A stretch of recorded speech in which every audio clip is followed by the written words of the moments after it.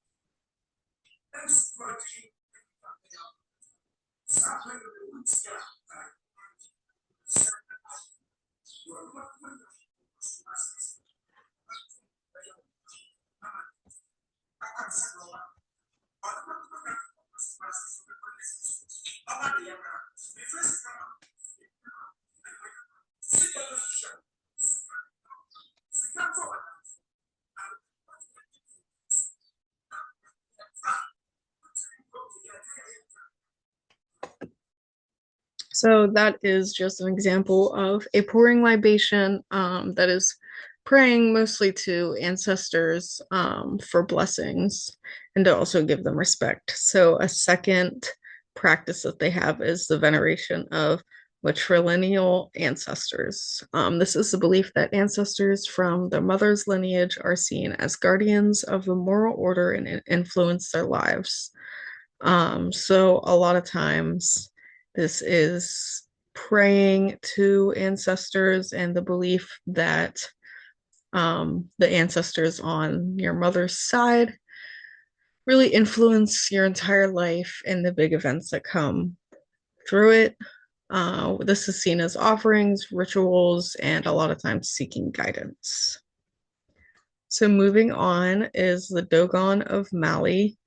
They believe in Amma as the creator, and they believe that the world was brought into existence when Amma mixed the primordial elements and the vibration of his voice.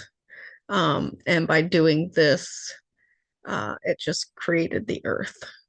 They worship to Nomo and primordial beings and ancestors. Nomo are the children of Amma. There's a couple different children of Amma. They have Libe, who is known for fertilizing and incarnations of the earth. Then there's Yarugo, He's a mythical representation of fallen man. They also believe in malevolent and benevolent spirits. These come in a lot of times plant form, so like bushes, trees, things like that. And a lot of times the malevolent spirits are avoided and believed to cause a lot of harm. As for the Dogon practices and ceremonies, they have an annual feast of sowing. This is where they provide millet from their fields to Lebe. This is that children of Alma that is believed to fertilize the earth. And they're really just asking for a plentiful harvest for the year. Their funerals are really interesting, as a lot of times it's only for men in there. The country only like holds funerals for men. A lot of times the women's are really simple, or they just don't even have one. There's it makes up of 2 weeks of time. The initial week is right after the death, and then there's an extra week for mourning. The biggest practice when it comes to their ceremonies are they have carved masks that are worn and they dance and pray to their ancestors. So I included an image of one of the carved masks, and you can see that they are dancing and they, which you can't tell, but they are praying to their ancestors. So I thought that was really interesting to see an imagery of.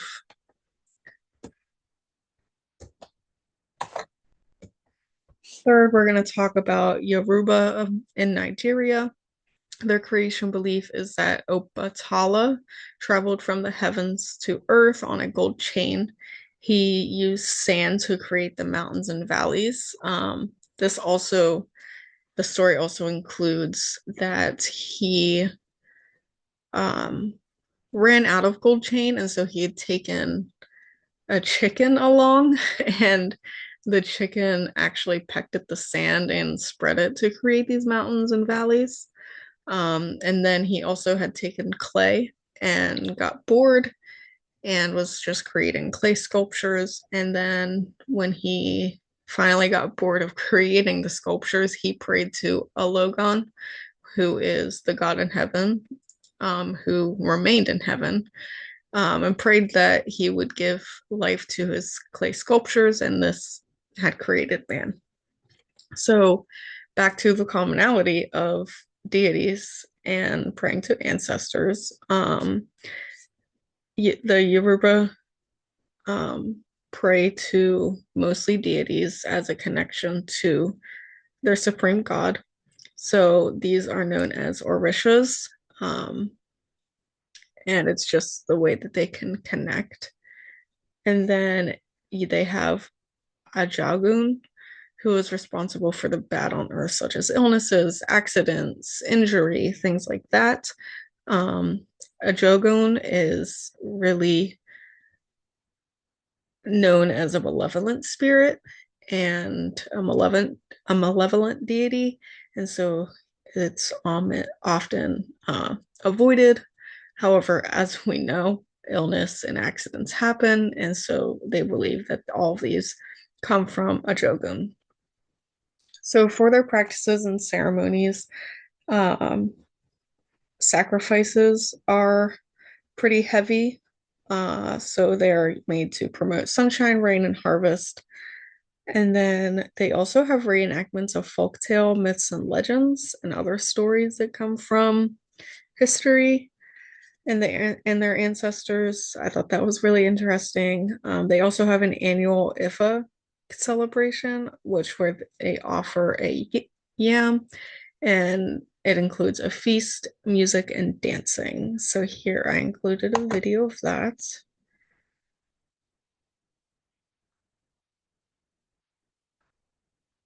I can get it to open up.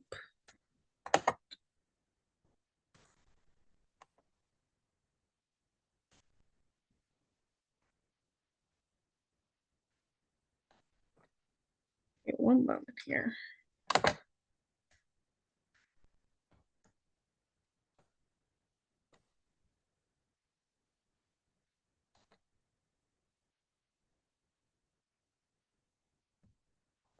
I believe I still have it pulled up.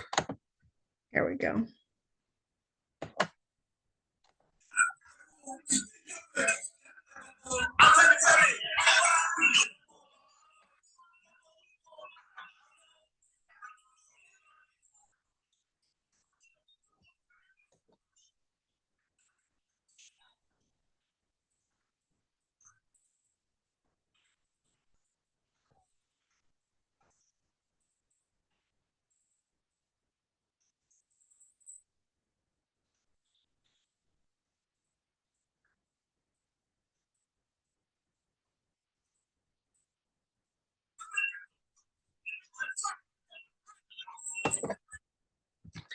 So there is just one example of the Ifa celebration and festival. Go back to my slideshow here. So they also have a second festival of Ogon. Um, this is where they provide sacrifices, and this is where priests abstain from any negative things to be worthy of their god, Ogon. So by negative things, I'm talking about cursing, fighting, sex, and even abstaining from certain foods, all to be worthy for their god and to be cleansed of negative things.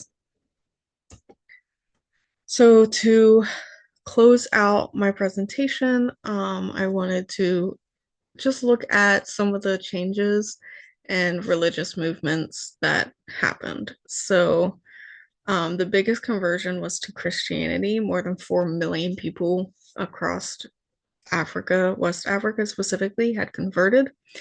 Um, one of the biggest movements I found through this was the Harris movement. This is William Harris, was a prophet healer and claimed the archangel Gabriel visited him in prison.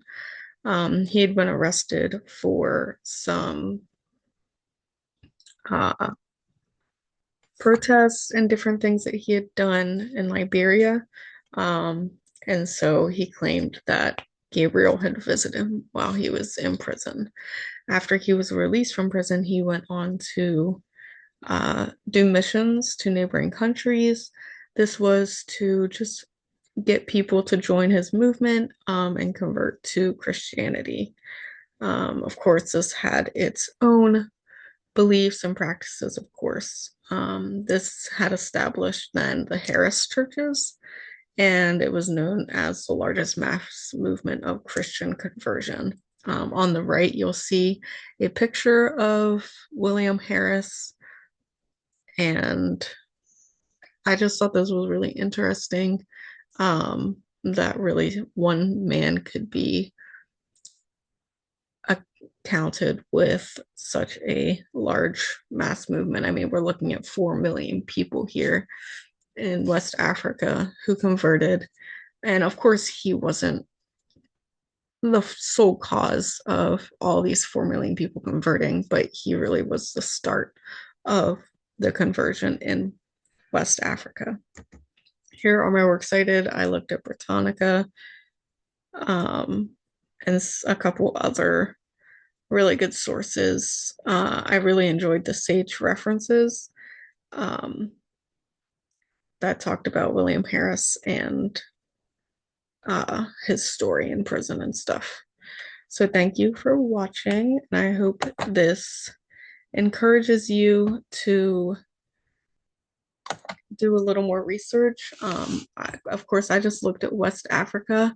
There's so much diversity in culture um, and practices that some are similar, but there's a lot of differences. So I encourage you to do some more research, and the videos that you can find and images are really interesting to look at. Thank you.